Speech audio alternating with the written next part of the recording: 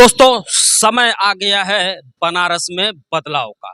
सच्ची पत्रकारिता, निष्पक्ष पत्रकारिता और दलाली पत्रकारिता वो होती है जिसमें पीड़ितों से पैसों की डिमांड की जाती है। और कहीं न कहीं मेरे ऊपर इसीलिए जो है तमाम तरह के हमले करवाए जा रहे हैं। मैंने पूरी मुखरता के साथ विरोध किया है। मैंने एक आवाज बुलंद की है बनारस जिला मुख्यालय पर लोगों से जो पैसे लिए जाते हैं, जो बनारस में नेक्सस चल रहा है कथित पत्रकारों की तरफ से, उसका विरोध किया मैंने और उसकी मुझे बराबर जो है थ्रेट मिल रही है। लेकिन मैंने हमेशा कहा है कि डरेंगे नहीं, झुकेंगे नहीं और जब तक तोड़ेंगे नहीं तब तक छोड़ेंगे नहीं। लड़ाई आरंभ प्रचंड शुरू करता हूं आज से कमिश्नर मोहित अग्रवाल जी के ऑफिस के बाहर से। मामला दोस्तों 27 जून से जुड़ा हुआ है और मेरे ऊपर एक जानलेवा हमला किया जाता है। यहाँ तक तो सही था, बात यहीं खत्म हो जाती तो बात कुछ और थी, लेकिन अब हम बात को और आगे ले चलते हैं। इंस्पेक्टर कैंट और अब कचहरी चौकी इंचार्ज, नाम भी ले रहा हूं कि घनश्याम निषाद की मौजूदगी में मेरे ऊपर जानलेवा हमला करवाया गया है। कौन लोग हैं, सभी चीजें सामने लाऊंगा और फिर वादा करता हूं कि किसी को भी छोड़ूंगा नहीं। आप लोगों ने गलत जगह हाथ लगा दिया है। मेरे साथ आज वो सभी लोग मौजूद हैं जो इस घटना के चश्मदीद गवाह थे। इन्हीं लोगों की बाइट मैं ले रहा था। आप थोड़ा सा बताइए कि वास्तविकता क्या हुआ था उस दिन। उस दिन कोई भी विवाद नहीं था, कुछ नहीं हुआ था। आप हम लोगों का बाइट ले रहे थे, अचानक से वो आपको आके मारने लगा। और मारने भी किस लिए कि कुछ पता ही नहीं चला। 5 मिनट के अंदर इतनी बड़ी घटना हो गई। और वहाँ पे पुलिस भी, प्रशासन भी हमारी थी, वहाँ पे चौकी इंचार्ज भी थे, वहाँ पे सब लोग था। यहाँ तक कि वहाँ के जो आसपास के लोग जो खड़े थे, अधिवक्ता वगैरह सब लोग थे। और क्या हुआ क्या नहीं हुआ कुछ समझ में, ये बस ये हुआ कि अरे मार रहे हैं मार रहे हैं। हम लोगों ने जब देखा तो देख रहे हैं क्यों मार रहे हैं, कुछ पता ही नहीं चला। क्योंकि आप देखिए, हम लोगों को पता है, हम लोगों ने इस बारे में जांच की है। आप सच के साथ होते हैं, आप उन लोगों के खिलाफ जो है, जो गलत करते हैं उनके साथ खिलाफ आप बाइट चलाते हैं, उनका जो है सच्चाई सामने लाते हैं, इसीलिए आपके ऊपर ये हमला हुआ है।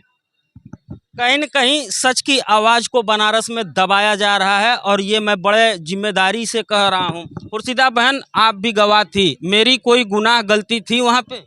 अस्सलाम वालेकुम और जय हिंद। नहीं भैया, आपका तो कोई गलती नहीं है, आप तो हमारा ही बाइट ले रहे थे ना। हम लोग आए थे पासमानदा के तरफ से बाइट लेने, आप हमारे साथ खड़े हुए और अचानक से वो लोग आपको आवाज़ देने लगे। मैंने स्वयं देखा कि अचानक से आपको वो आवाज़ देने लगे, तो आपने अपना बाइट ना देते हुए उनका बात सुनने चले गए और देखते ही देखते वो लोग आपको मारने लगे। तो हम लोग तुरंत, पूरे जितने भी संगठन के थे, हमारे राष्ट्रीय अध्यक्ष और मैं, हमारे संगठन के जितने भी थे, कम से कम 50 लोग हम लोग थे। हम लोग जब जाके उनसे पूछते हैं कि ये क्यों मार रहे हैं आप लोग जाइए जाइए, जैसे लग रहा है कि ये लोग मीडिया बंधु नहीं है, ये लोग कहीं से कोई बड़े क्या कहते हैं, माफिया चला रहे हैं, ये ऐसे लोग आपको मार रहे थे। मैं सरेआम गुंडागर्दी हो रहा था। और जब पूछताछ किया जा रहा है कि ऐसा क्यों आप लोग कर रहे हैं, तो कहना आप लोग जाइए, ये हमारा पर्सनल मामला है। तो पर्सनल मामला क्या है, मतलब कोई अगर पैसा नहीं लेके बाइट चला रहा, कोई दलाली नहीं कर रहा है, तो उसको मतलब यहाँ रास्ते से हटाया जा रहा है, क्योंकि आपके वजह से उनका रोजगार नहीं चल रहा है भैया। इसलिए वो लोग सोच रहे हैं कि सच को दबाया जाए और झूठ को सामने लाया जाए। सच को दबाया जाए, झूठ को सामने लाया जाए, ये तो हो गई घटना से जुड़ी हुई पहलू। और अब हमारे अधिवक्ता ये आपको बताएंगे कि घटना के बाद बनारस पुलिस का रवैया मेरे साथ कैसा था। पुलिस का रवैया दीदी कैसा था मेरे साथ जो है? पुलिस का रवैया इनके साथ अच्छा नहीं था। जब इन्होंने कचहरी पुलिस चौकी पे अपना एप्लीकेशन लेके गए तो उन्होंने कहा कि कोई घटना नहीं घटा है और आप झूठ बोल रहे हैं, वहाँ पे कोई घटना नहीं हुआ। जबकि कचहरी चौकी इंचार्ज घटना के समय यहाँ मौजूद थे, फिर भी वो झूठ बोल रहे थे। हमको तो लगता है ये मिली भगत के कारण ये सब जो हो रहा है, और कोई भी FIR इनका दर्ज नहीं किया जा रहा है। क्या स्थिति है वकील साहब मेरे अपने खुद के मामले में पुलिस का? देखिए, हम आपके माध्यम से बोलना चाहते हैं कि पुलिस की रवैया एकदम ढुलमुल हो गई है।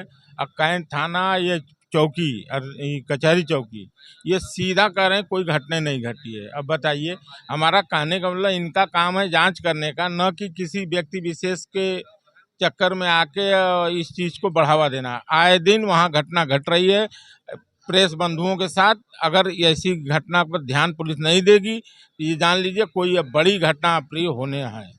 रही बात यह है कि हम ये कहते हैं कि एफआईआर करने में उनको क्या है, जांच करें, एफआईआर करके जांच करें। अगर झूठा पाया जाता है ठीक है, निकाल दे। रही बात यहाँ आपके साथ महिलाएं जो लोग हैं, 50 गवाह हैं मेरे साथ, 50 एफिडेविट के साथ, वो अगर गवाही देने के लिए तैयार हैं तो उनको करने में क्या दिक्कत हो रही है, हमें यही नहीं समझ है। या तो वो विपक्षियों से मिले हैं, हमको तो यही लगता है।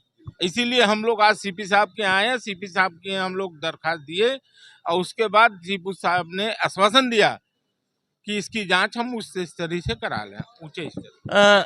उस दिन मेरी हत्या की प्लानिंग जिला मुख्यालय पर रची गई थी, बकौल अगर वहां महिलाओं का समूह न रहा होता और सबसे आगे बढ़ के जो है हमारे भाई अगर आगे ना आए होते, तो क्या लगता है मेरी हत्या की प्लानिंग थी कि नहीं? सही बोलिएगा। एकदम हमने आज पहली बार अपने भारत में और अपने बनारस में ये देखा कि किसी भी मीडिया कर्मी का, किसी मीडिया पुराने सीनियर या जो भी जूनियर हो, उनकी इज्जत नहीं की जा रही है। जबकि देखा जाए स्तर वो आपका भी वो उनका भी वो स्तर है और सबका हक है खाना पीना, एक बिजनेस करना। तो कहने का मतलब अगर आप एक चीज़ पे बढ़ावा दे रहे, जिस तरह से कि आप निःशुल्क किसी का वो प्रचार करिए, किसी का कुछ भी करिए, तो इसमें उन लोगों को कोई दिक्कत नहीं होना चाहिए। लेकिन उन लोगों ने आपको आवाज़ देते हुए पास बुलाकर जिस तरह से उन्होंने आपके ऊपर हमला किया था, वो बेशक इसमें हम लोग गवाह उसमें उस समय थे, काफ़ी लोग थे, वो सारे लोग भी गवाही दे सकते हैं, ऐसी बात नहीं है। अभी यहाँ कुछ लोग हैं, बहुत लोग हैं, मगर इंस्पेक्टर साहब से मेरा सीधा ये कहना है कि अगर कोई बड़ा दुर्घटना घटता है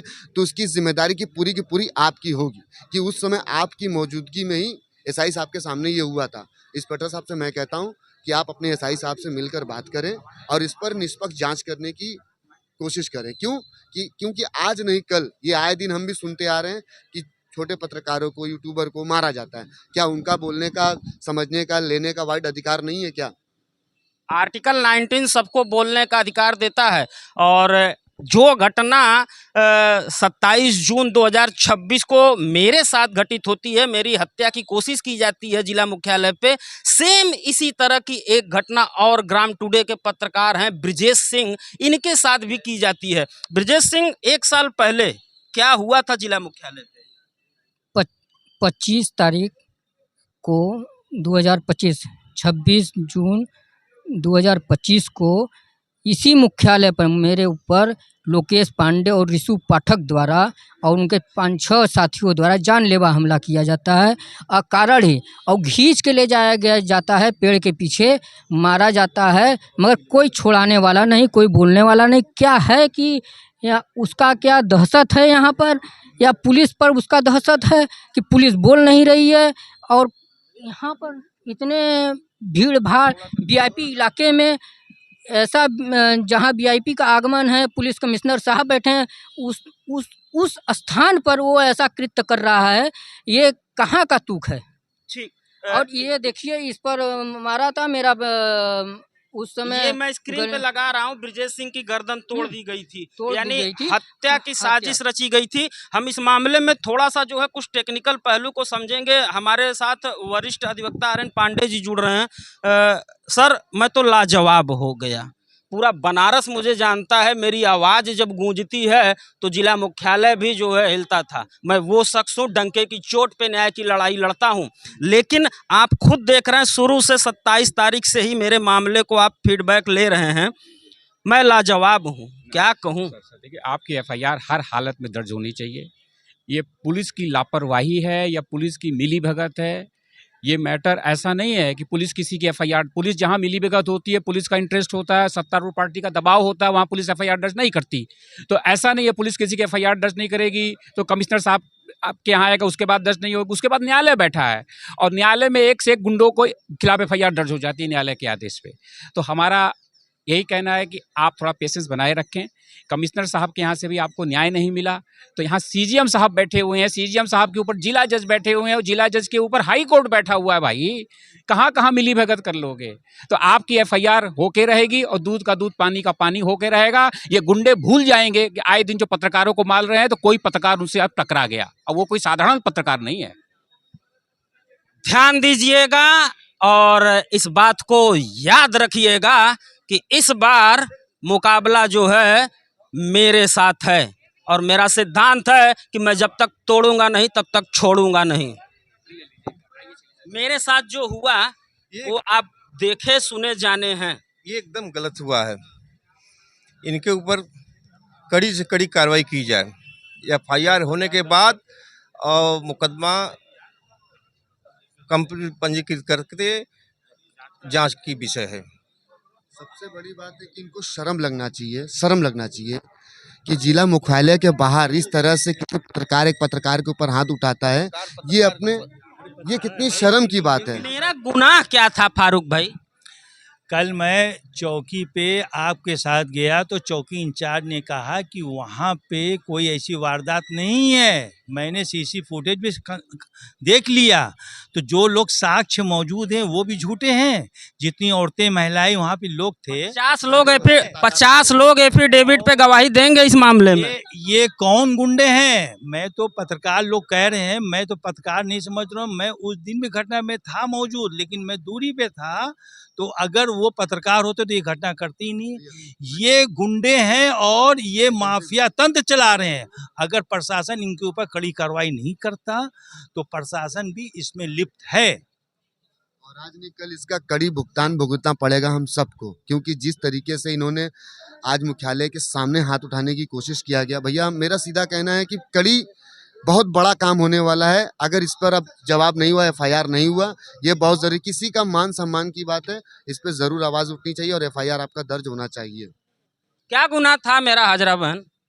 आपका तो कोई गुनाह नहीं है, बस आप सच के साथ हैं और सच के ही आप जो दिखाते हैं। आप जो दलाली के नाम पर आप कुछ लेते नहीं हैं और इन लोगों का धंधा बंद हो जाता है ना, इस वजह से आपके साथ ऐसा किया गया। और जो ये भाई साहब अभी जो कह रहे थे कि ये लोकेश पांडे है कौन? क्या ये कोई गुंडागर्दी चलाता है? क्या यहाँ गुंडा गैंग चलाता है? इसकी कहाँ तक की पहुँच है कि जो प्रशासन भी इसमें जो है साथ नहीं दे रही है आपका? इस पर निष्पक्ष जाँच होनी चाहिए। इस पर एक निष्पक्ष जांच की मांग करता हूं और जिला प्रशासन से हाथ जोड़ के अनुनय विनय निवेदन करता हूं कि बात अगर यहीं पर ख़त्म हो जाएगी तो शायद बहुत अच्छा होगा। नहीं तो यकीन मानिए कि मैं वो शख्स हूं, जहां तक मुझे न्याय नहीं मिलेगा मैं सुप्रीम कोर्ट तक जाऊंगा।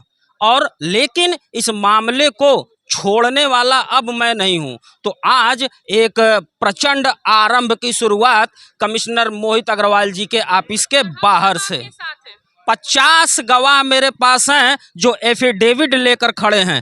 कहां तक बचोगे, कहां तक भागोगे? बचो और भाग के दिखाओ तो जान जाएंगे। जय हिंद, जय भारत, नमस्कार।